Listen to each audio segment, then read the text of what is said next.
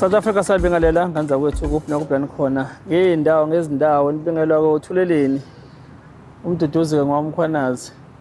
Singapha-ke eThekwini namhlanje sizohlangana nomama-ke osuka le eNquthu-ke uzozisho umama ukuthi ungubani wakwabani nendawo-ke asuka kuyona nanokuthi-ke ukhala ngani umama le acela ukuthi-ke Thuleleni ngicela ukuthi-ke ungilekelele ngikwazi ukuthola-ke ubulungiswa kulokho engikhala ngakho. Ukhona-ke umama ngibingelele nje. Sawubona mama. Yebo sawubona bhuti. Siyaphila njani mama? Ngiyaphila. Umama ubani? UDumazile waMkhwanazi eNquthu. Yebo mama Mkhwanazi. Yebo. Kephi neNquthu? eNquthu eGubazi. eGubazi Kuthiwa iGubazi yebo. Oh. Wenze njani mama nakho usivakashele ngapha? Ngizocela usizo ukuthi ningilekelele la. Ngilahlekelwe ummeli obengisiza ecaleni lokushona komntanami. Ummeli sambe nayo le ndlela kusuka ngonyaka ophelile. Kulonyaka uthe suka lapho akabe savela. Manje ukungaveli kwakhe kube sekungifaka enkingeni ngoba ugcina kwakhe ukukhuluma nami ugcine ewumuntu oseyitholile i-police report or i-postmortem yokuthi inginike umhlahlandlela mina ukuqhubeka nakho konke ukuthi kwenzakalani esibhedlela. Emva kobathi useyitholile-ke i-postmortem isingakuye. Phindanga ngamthola iwekho amafoni engimthola kuwo akasatholakali nje ndawo nala besihlanganela khona mangifika khona nakhona bakhompyutha basamanzi.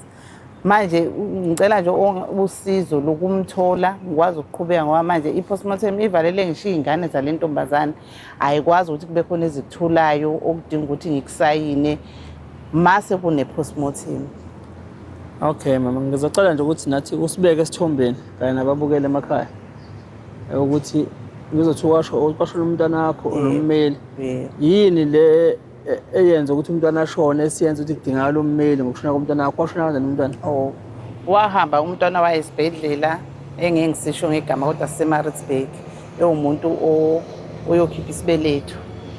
Okay wasikhipha isibeletho shuthi wangena nje namhlanje wasikhipha ebusuku wafona ekuseni kwakuhle kwaxoxa washo ukuthi use-ready usezo mhlawumbe udokotela ayingamkhipha kodwa usafuna athi ukumenzisa ifizio. Hayi sixoxe nje kube kuhle ukukhuluma kwami naye ngakhuluma ngaku-11 isikhathi until waze kwawushaya u-half past silo sixoxile.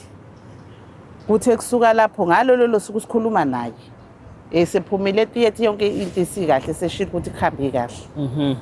Kwathi ngo-past 2 ngo-past 3 kwafika umbiko ukuthi useshonile. Oh.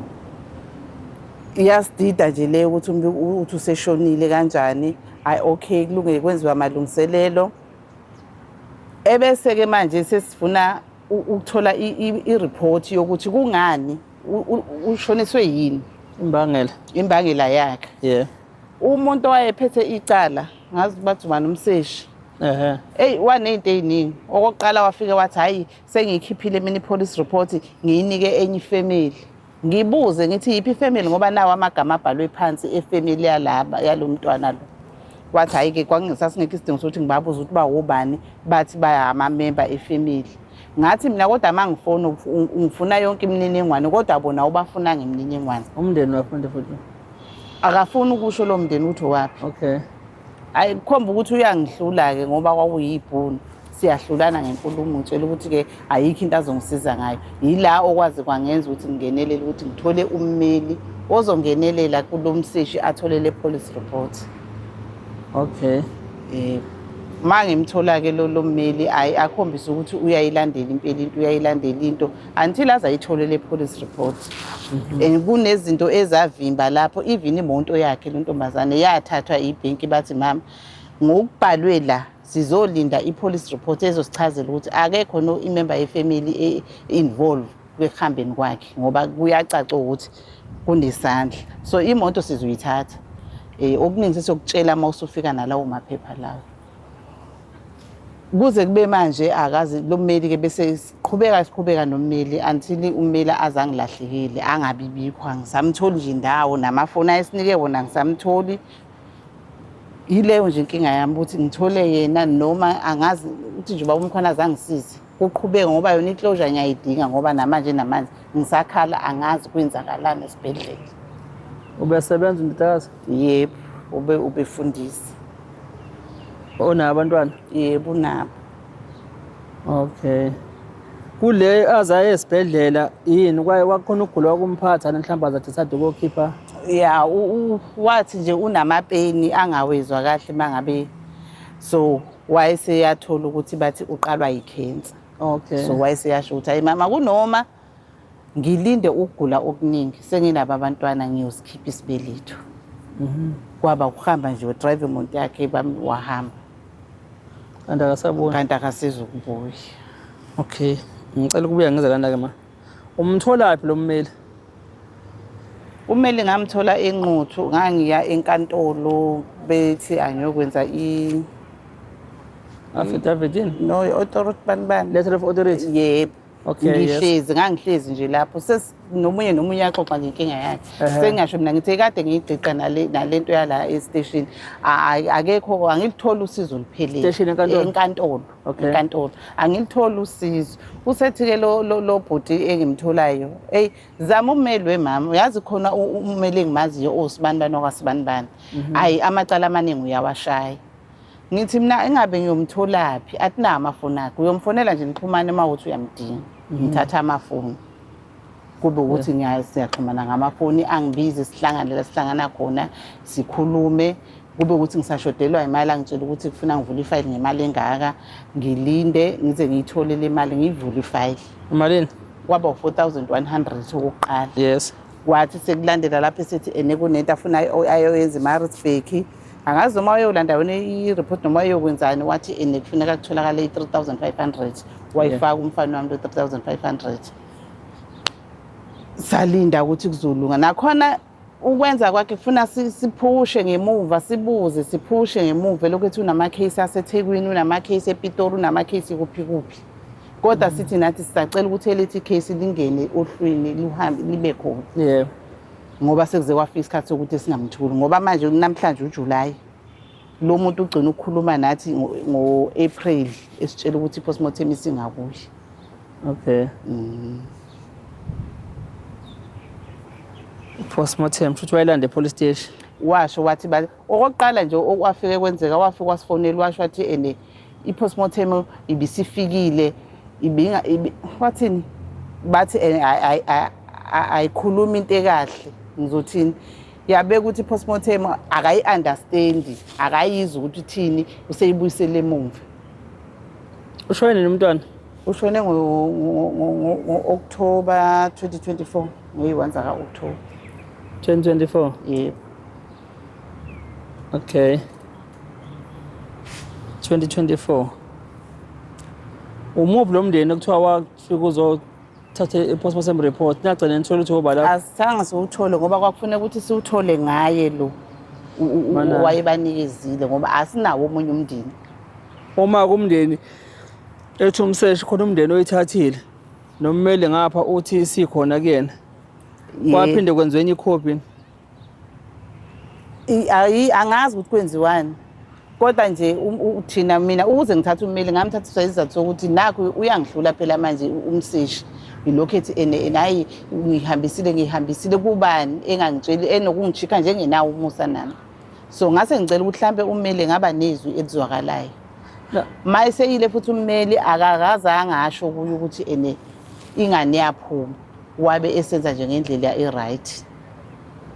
Ngisathidwa yilokho lelo ngifuna ukuqonda ukuthi uma esumseshi khona umndeni obusufikile wayithatha postmortem report. Ngagcina ungawazi ukuthi umndeni okanjani lo. Ngagcina singawazanga lo mndeni. Akwazi phela ukuthi kutholakale kanje kuthiwa ihambile i-report i-postmortem kodwa kube kuwena umndeni angithi yabo ilunga lomndeni kundodakazi wakho lo.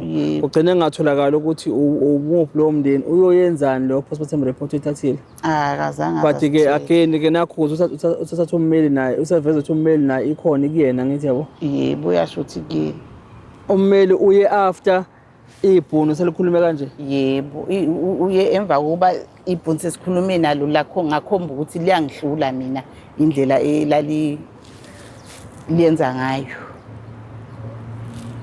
Yabona izolo umhla ka8 namhlanje angithi. Yebo Mhla ka8 namhlanje mhla ka8 yeah 8 lesithathu mhla ka8 July 2026 izolo bekumhla ka7 July 2026 besingapha eScottburg sihambele yona i-postmortem report nomama, khona umama nje owafika zacela usizo kuthina, ingane yakhe yaklinywa uzwingi nge-crash, yabo iy'ngane zine-crash zidlala uzwingi, yaklinyeka ingane zagijima zeziyobiza umise, ezinye umisi wanganaka, wangayinaki iy'ngane eziy'bizayo, zimtshela umisi ukuthi hayibo umisi nangu sibambane bambekile lapha nabo, wanganaka umisi, ingane yaklinyeka uzwingi yaze yashona. So-ke naye umama nje unjengawe udinga i-closure, ngithi yabo gcineni beni baba wengane. So-ke ngase ngithi no, njengoba becela uthwele nje our first stop ukuthi kufuneka sisuke nabo sihambe nabo siye kumseshi siyothola ukuthi yabo i-postmortem report isibuyeleni, because ikhona i-report ye-preliminary bebeneze yona. Sihambile-ke nabo sakhona lapha nabo, wafika-ke shem umseshi womlungu yabo, wasimukela nje kahle, wayikhipha i-report ebikhona, not i-postmortem. It's just nje report e-indicator mhlawumbe ukuthi kwenzakalani emzimbeni womntwana, ngathi ngoba iyakuveza lana ukuthi khona into eyenzeka emntwana, noma ngeke ngingene in-details ngayo. But wesekuveza because nami vele ubeveza into engiyaziyo, kune-backlog le ka-forensic in such a way ukuthi khona ngisho abantu abahamba ngey'khukhula lezi ey'khukhula ezayibhubhisa la KwaZulu-Natal, nanamhlanje bangakangcwatshwa engakabuyi ngisho i-postmortem report yayo. Kunamakhesi amaningi ahlukene esekuphele ngisho 3 years iy'dumbu zawo ziduve emakhazini ngenxa yokuthiwa kusalindwe i-postmortem report. Yabo, so ngifuna ukuyobheka kulokho mhlawumbe, kodwa sizothola phela mase simthola ummeli ukuthi asikhombise ukuthi yiphi la iphethe eyokuthi ungabe uphethe yona noma uphethe the similar report le efana lesiyibona izolo, njengoba ethi ummeli iyamdida. Angithi uthi iyamdida la iphethe yokuqala wathi iyamdida, kwakhomba ukuthi ayibuyisele emuva. Okay, azabuye nalena akabe sisitshela ngayo ukuthi sikhona. Okay, yikho kodwa nayo lemdidayo asiyazi, siyibonanga, sizwa amayesha. Naye la seyitholile engasamdidi asiyazi, sizwa amayesha. Akukho lokhu okuqhubekayo okuthulekile. Yes, uze waveza-ke nawo umseshi laphana ukuthi-ke kula macala abawathatha njengama-profile case, because phela itiye South Africa likhona yonke indawo, asilingani nje, asoze futhi salingana. Angithi yabo, kunomuntu ongafa namhlanje ngoba mhlambe nakho umndeni wakhe noma mhlambe abangani noma yihlobo noma emsebenzini wakhe umuntu mhlambe osezingeni elithile, izinto zakhe zomthetho makufuna kwenza ama-postmortem report ingaphuma ngisho mhlambe engakapheli ngisho kwalenyanga noma inyanga ezayo kuyena. Kunabantu sekubhadle kwaphela iminyaka engaphuma wabo. But-ke I'm praying ukuthi-ke ngempela kube yiyona le kuwena ethiwe isifikile 2024 2026 manje. Yabo, bese ngiyabuya-ke ngiza kulana kulo mmeli e-office lakho, uyakwazi ma? I-office lakhe la bekuyi-office lakhe nakhona abathi abasamazi, akusekho nje into ekhombayo ngayo. Wake waye office? Yebo, ngangafika kuleyo ndawo. Likephi office? Khona lapha eNquthu. Nquthu? Yebo. Selivaliwe? Akho muntu nje, bathi nabo empela bathi uyabonga bangiyeke, bathi nje kulonyaka nabo abamazi. Enambeni yakhe yocingo? Enambeni yakhe yocingo akatholakali kule ebesiyazi zonke ngoba ngazi ngawojana nasenkantolo, kodwa khona enye futhi engiyitholile engithe mangabe ngiyithola le namba ngazama ukufonisa omunye umuntu ngoba mina cishe useyangazi nezinamba zami. So waphendula kodwa akangafuna ukukhuluma, wazwa livala yena ucingo umnene. Cellphone leni? Cellphone. Apho ayikho into iphethe la eyakhe lo mmeli? Lamaphepha waphethe la yini? Hayi, la ngiwaphethela la aphathelene nontombazane okwakhe akukho ngaphandle kwey'namba. I-business card yakho nayo? Ayikho. Inamba, amanamba phone nje akhona. Ish.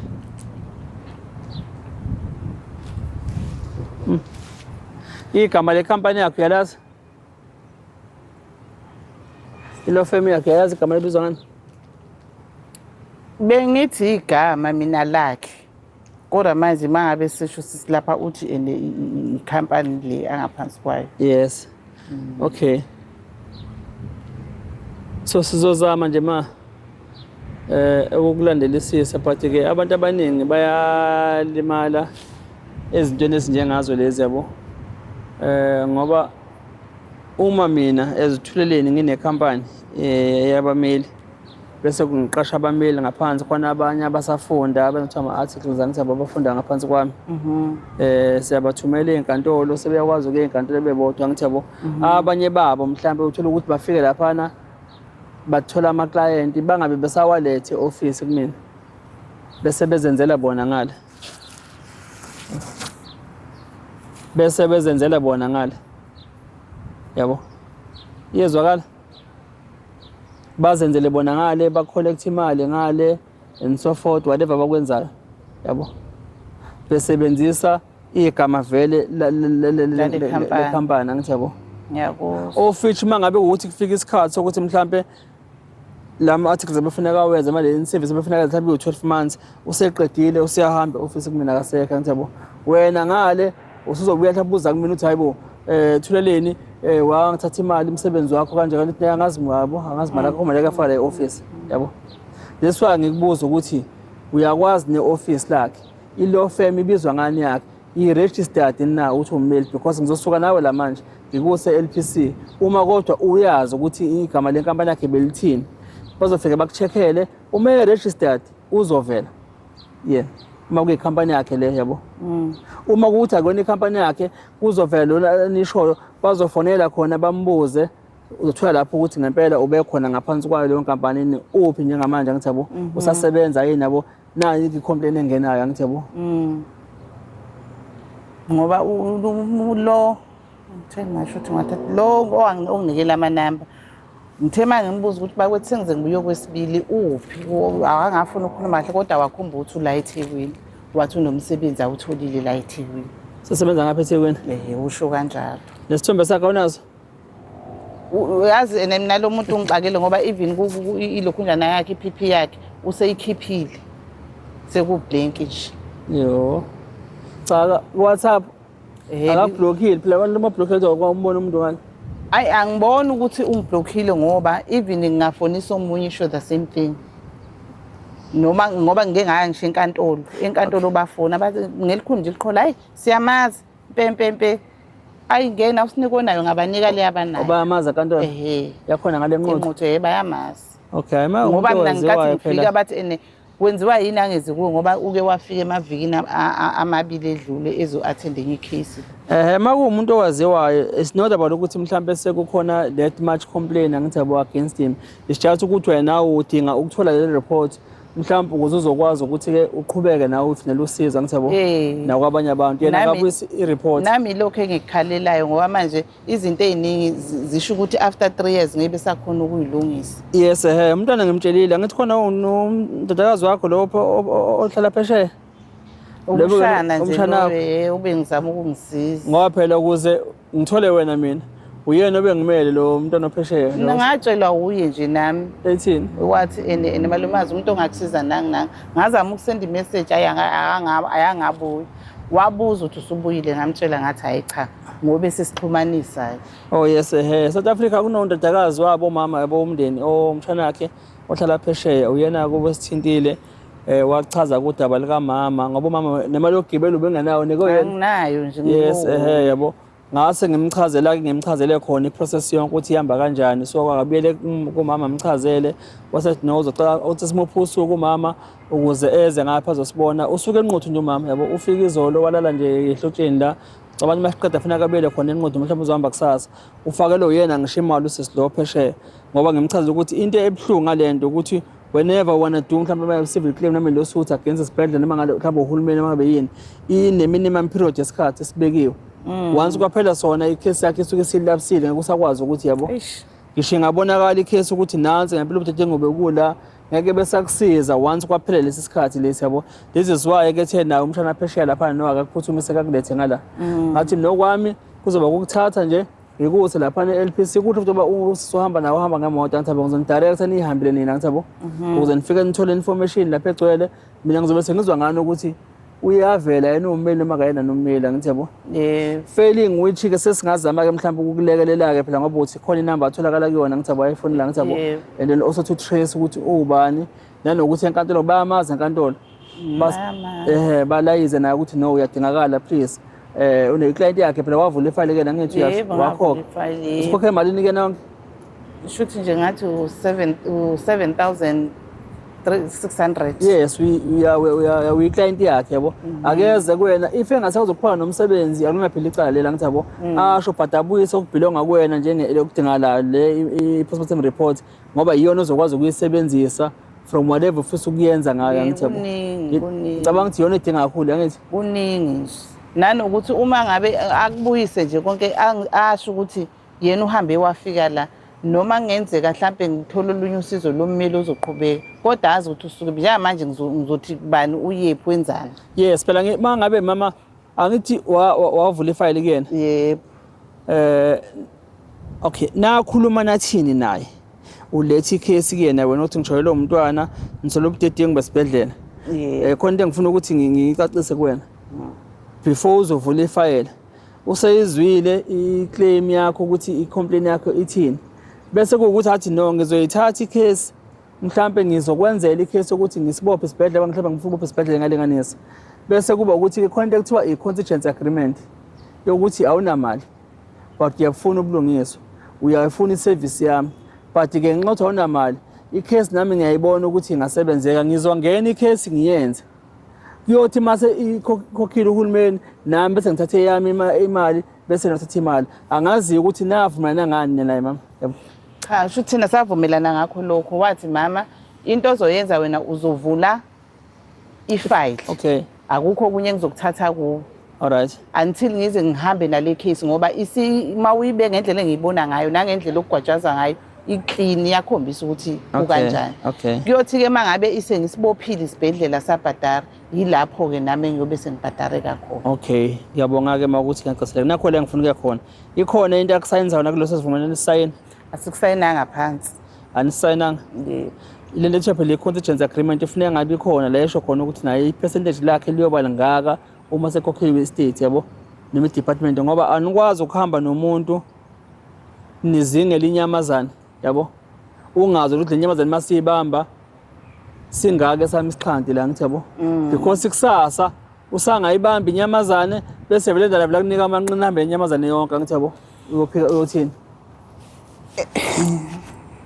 Uyazi uke wakwafika ekhaya namanye amaphepha kodwa lawo maphepha wathi awasho ukuthi ene isivumelwano sokuthi makulunga yena nami kwenzakalani wafika namaphepha athi lamaphepha uphuma nawe epolice station lamaphepha athi mina angisayini ukuthi uvumelekile uqhubeka necase. There's powers of attorney le powers of attorney le mama lawo ke nje ngiwazi yabona i powers of attorney iyona bese yaba ne-contract agreement normally ibehambisa kanjalo usayina ngapho wasayina wodwa masana utho angisakhumbuli kahle ngikuqamba mangaba ngonyaka ophila ngisakhumbula uma wasayina utho kodwa khona ngasayini ukuthi manje njengoba ngiveza lezi zinto yabo kubhlungu ngoba kubantu abasemakhaya nabantu abablank abangekho well aware ukuthi ke lezi zinto zomthetho isebenza kanjani bayagcina sebethola sebesemgodini bephoseke bengaboni baphoseka kade nemgodini ngithi yabo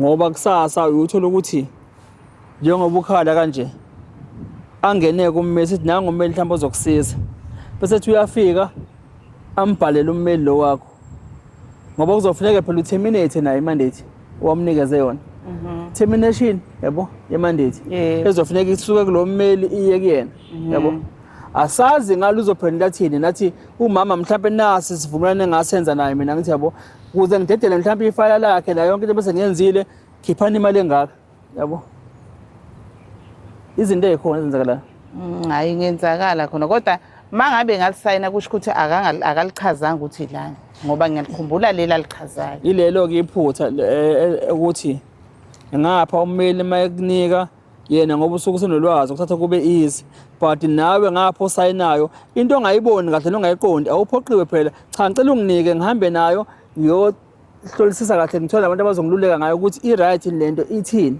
yabo ngoba umuzothi akakufundele yena mhlawumbe mawusaba uzokutshela vele into ofuna ukuthi uyizwe wena ngithi yabo cha nginike nami ngihambe ngiyozithwala nami ulwazi eceleni ngayo lento ngithi yabo ngizobuya sengizoyele sengisayinile yabo but ke asingabi nama negative thought kakhulu ngalokho ngithi yabo let us push sithole ukuthi ke uthini respond yakhe mase tholakele yena ngithi yabo then ke we'll see then ukuthi ke uhamba kanjani ke phambili nokuthi urespond uthini. ngajabula kakhulu kabi isikhathi nje sesihambe ngenye indlela ngajabula nje hayi ukhona ungwakethu ngwamkhwanazi ngesikulahle awu ningangilahli bakithi abalahlana abakhwanazi nakhona nje ngisizwe yiyo lengane ukuthi nje noma ingasekho la kodwa ikwazile ukungisiza ngoba ngingedwa akekho omunye okhona ukungisiza ngoba iy'ngane zalona zincane and ngingathanda ukuyifaka kakhulu ey'ndabeni ey'thinta umawazi hayi musukhala ma kuzoba right musukhala nje yabo ungangivezele inyembezi mamkhwanazi hayi yabo musa nje ukukhala dadewethu musukhala zingakanani iy'ngane omdala uzokwenza una-18 na-18 ehe yes uzoba right ukuthi akwazi ukuthi head on into zikama wakhe ngoba usiyaqualify yabo lo munye-ke una-15 esikoleni ngapha imali zakhe zonke banilungisela i-department kulungile asingabe sisangena lapha ngithi yabo no asingabe sisangena ma ngithi yabo I'm happy ngoba umntwana vele usenidala usena 18 years yabo uzokwazi ukuthi yabo no ungakhali mamkhwanazi ungakhali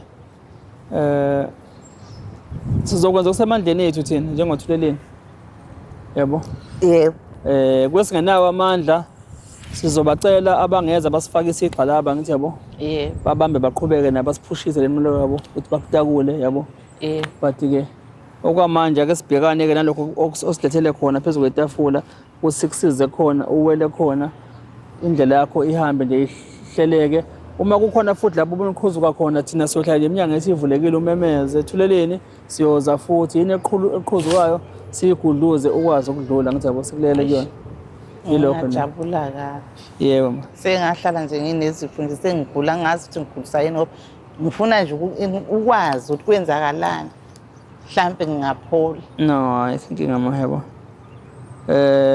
okay ngoba phela nakho usula eThekwini but kulungile ma akunankinga asingangeni ngokuningi sizobona nendlela cha South Africa bekuyilokho nje ngicela umama ukumthatha ke manje ke ngibaphelezele ngoba khomise LPC laphana bayothola khona ukuthi ke ummeli lo ukhona no registered yena ngabe ubani ukuze mhlawumbe LPC ikwazi ukuthi ke imthinte imxhumanise nomama ukuthi hayibo lethi into ekamama uyadingakala ngapha yabo akonakela kubi just ukuthi nje kuphela isikhathi siyahamba phela ingazi lapse iclaim afisa ukuyenza umama akabuyiswa khona mama bese ngisaqhubeke nawe umama aqhubeke athole usizo ngenye indlela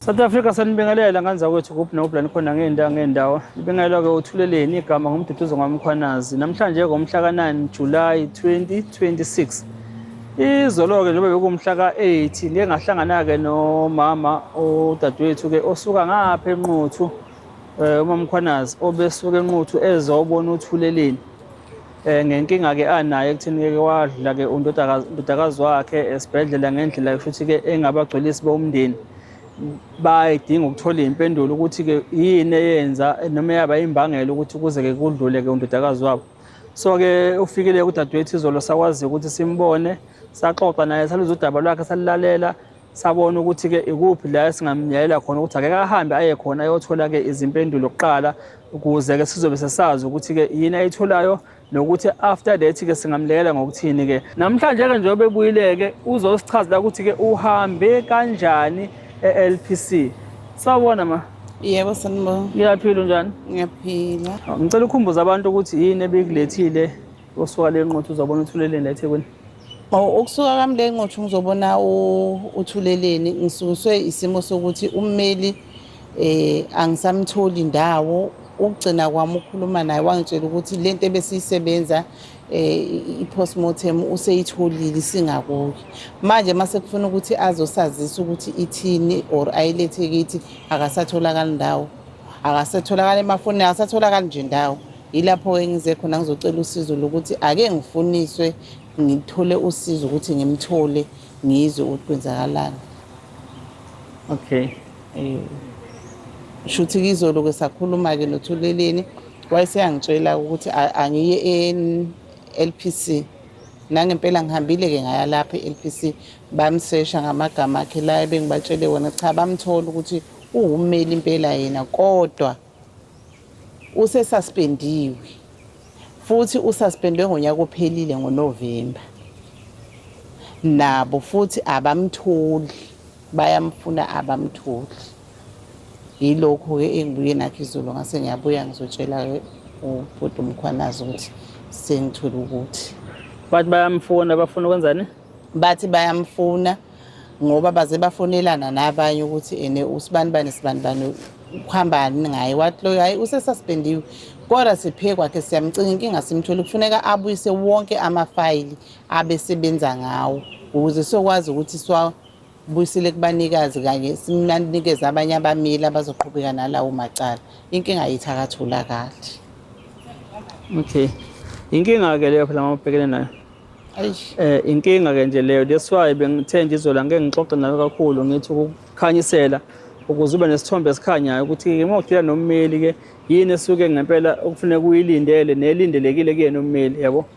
But that's why ngithe hamba khona e-LPC ukuze uthola ama-answers lawo osuwatholile ukuthi kahle lo muntu okhuluma ngaye wena akasayena ummeli usesuspendiwe. Njengoba kusho wena ukuthi batheni maqeda ukufona bathi bayamfuna kwabona bamtholi ngoba kufuneka njani abuyise ama-files abantu angakuyena ukuze bezokwazi ukuthi-ke bawa-handover kwabanye abameli abazoqhubeka nomsebenzi wama-client. Of which nawe ngomunye-ke wabantu ongathi thini obaleka nani ne-postmortem report yakho. Yebo, ngoba baze bangisayinisa enye ifomu yokuthi uma ngabe bemthola bazokwazi ukuthi bangisendele i-email mhlambe angazi uma ngizobe sengibuya yini bezongitshela ukuthi banginika muphi ummeli kodwa nje khona bathathe yonke imininingwane yami ukuthi uma bemthola bazokwazi ukuthi baxhumane nami. Okay. Usuyithwele-ke impendulo njengamanje ma? Usuyazi awunammeli? Yebo, sengiyazi ukuthi anginayo. Wethu-ke from here. Cabanga-ke manje suka la. Eish. Hayi, ngisindelwa yikhanda kahle kahle angazi ukuthi ukusuka manje sefuna ngenze njani. Uma ngabe ngicela usizo lomunye ummeli uzoqalaphi ubese kuphi lona ngoba akasho lutho angazi kahle kahle mhlawumbe ngizocela nje naye ubhuti uMkhwanazi anginike nje umqondo noma angiphe umhlahlandlela ukuthi njengamanje sefuna ngenze njani ngoba hayi amandla aphelile kimi manje.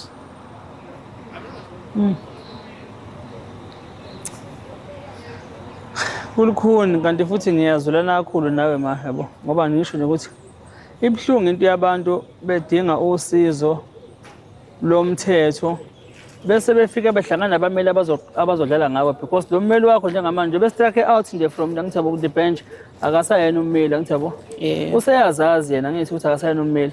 Uthena wena izolo kade bathena enkantolo bambonile nini? Bathi bambona 3 weeks back kodwa cishe kwakuyiuMeyi ungakapheli bathi hayibo ngoba sesambona lo wayengezanga kuma uthi ube nenkinga yefoni kodwa nje nakhona into abangenayisho noma izo-attend case noma izoku kodwa nje bathi ubekhona nguMeyi loyo. Angithi yes uMeyi walonyaka. Yebo. Yezwana ukuthi-ke usahamba ongena enkantolo uyabonakala enkantolo ize noma kuthiwa-ke akasayena ummeli sesuspendiwe yabo. uMeyi 2026 but uthola ukuthi lapha kuthiwa wasuspenda nini? NgoNovember 2025. NgoNovember 2025. Yebo. Okusho ukuthi-ke abanye babantu futhi abakazi ukuthi akasayena ummeli. Kubona kungenzeka ukuthi still personating as ummeli a-collect imali kubona afika ajike enkantolo because plan nenkantolo uyabona ukuthi ayekazi ukuthi akasayena ummeli lo. Yabo. Wena kuphela usube nenhlanhla yokuthi understand ukuthi-ke uze kuthina katholeni ngeconcern yakho sakulekelela ukuthi udlule sikukhombisa ukuthi nangu LPC hamba uyothola khona sebekutsheleka LPC wena usunenhlanhla ngoba usuyazi ukuthi kwenzakalani. Yabo. But okubhlungu ukuthi-ke ukusuka la kuya phambili kuwena kuzokwenzakalani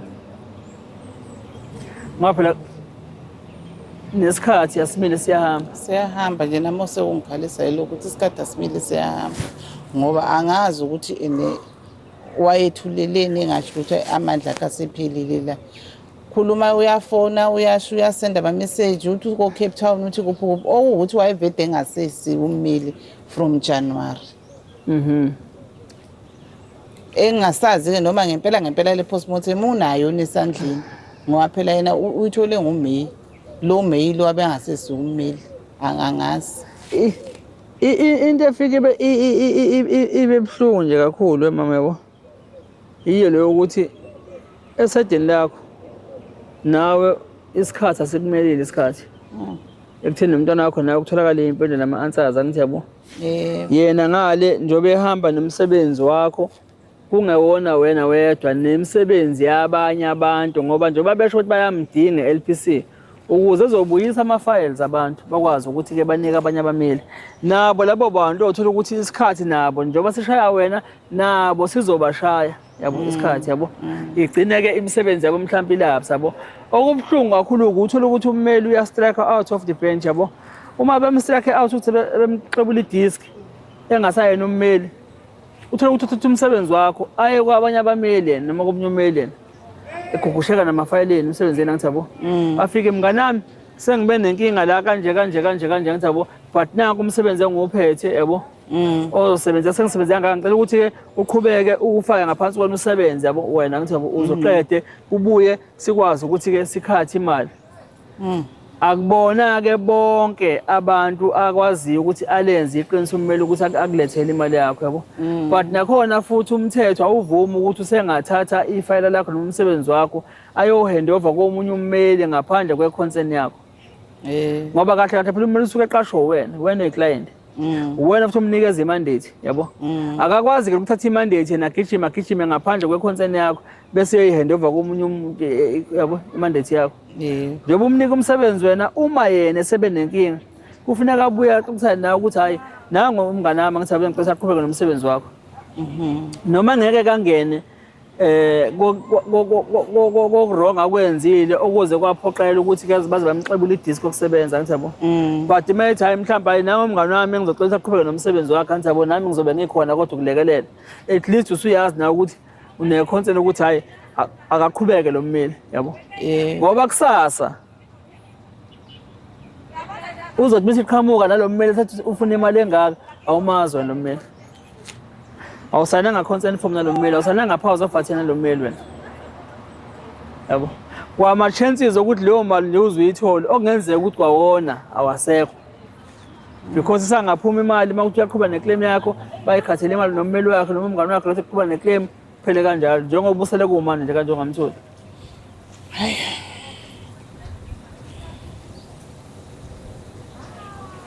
Usakhona ukuna mhlawumbe ufisa sikulele ngakho. Okwamanje bekuseyilokho.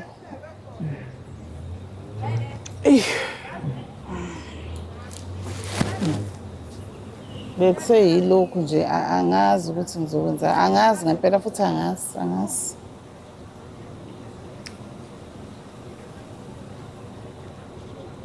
Kodwa ngiyacela nje usizo angazi kodwa nje khona ngiyacela ukuthi atholakale noma kusengaveza wona amafayile ebhekile eceleni kodwa nje maye khona ukubuyile okunengqondo ukuthi kuqhutshwe kwaphi kwenziwa kanjani. Manje basingamazi nathi wena phela omaziya ngithi yabo ngoba ngabe mhlambe siyashaya siyacela ukuthi cela basifonise sibani bani noma naye mayifika le video kuyena please thinta-ke nangu mamkhwanaza ngithi yabo. Uyakudinga because awasakuthola ocingweni mayethi ufona ngenye inamba wenzani akakhulumi uyathula. Hayi akakhulumi nje uyathula kodwa nje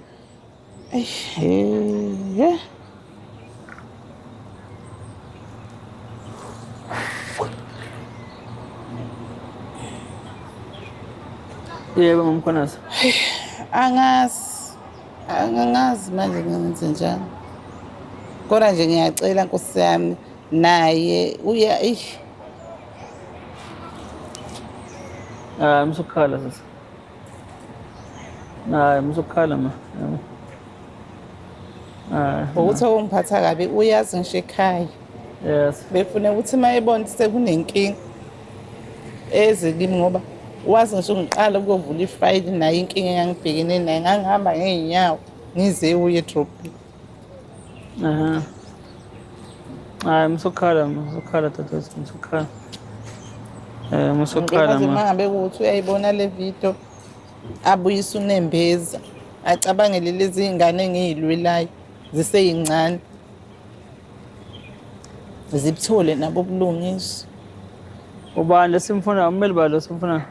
Unhlosenhle. Hlosenhle baba. WakaDlamini. Okay. Okay. Siyamcela ke umfowethu ke uNhlosenhle Dlamini, please. Uyazazi yena ukuthi ke sithini status sakhe ummeli. Uyazazi yena.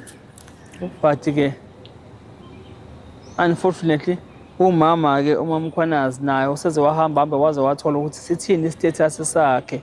Siyacela ke enze ubulungiswa abuyiseke ifayela kamama ukuze mama ezokwazi ukuqhubeka ayifunele usizo nakwenye indawo. Kungaze kuphele isikhathi esibekiwe mangabe umama efisa ukwenza akwenzayo ngathi yabo ngale report ayiphethe. Ngoba akusizi ukubaleka nereport yomuntu ngoba amaphutha akhe enziwe yena lawa aphoqela ukuthi kuze kuthiwe akasa practice kuba ummeli. Awangabe phela se-affecta ne-client yakhe yabo. Ongathi khona i-client into wrong eyenzile yabo. Siyamcela nje yabo ukuthi la ekhona akenze ubulungiswa abuyise umsebenzi kamama. Mama futhi kunika ithuba again ngicela icele namama again yabo nabamazi khuluma naye. Yebo ngiyacela ngane yami la ukhona ukuthi mawubone le video leni ngicela ukuthi ubuye kimi ubuyise izinto ngizokwazi ukuthi ngiqhubeke ngoba ngiyacabanga ukuthi wena udaba uyalwazi ukuthi lihamba kanjani lonke. Ukuthi ke ungisize ubuye amafayili noma ngithola omunye ummeli noma ngenza kanjani ngingaze kuphele isikhathi. Bese sikubha nawe isikhathi sibone ukuthi isikhathi siyahamba ngiyacela Nkosi yami.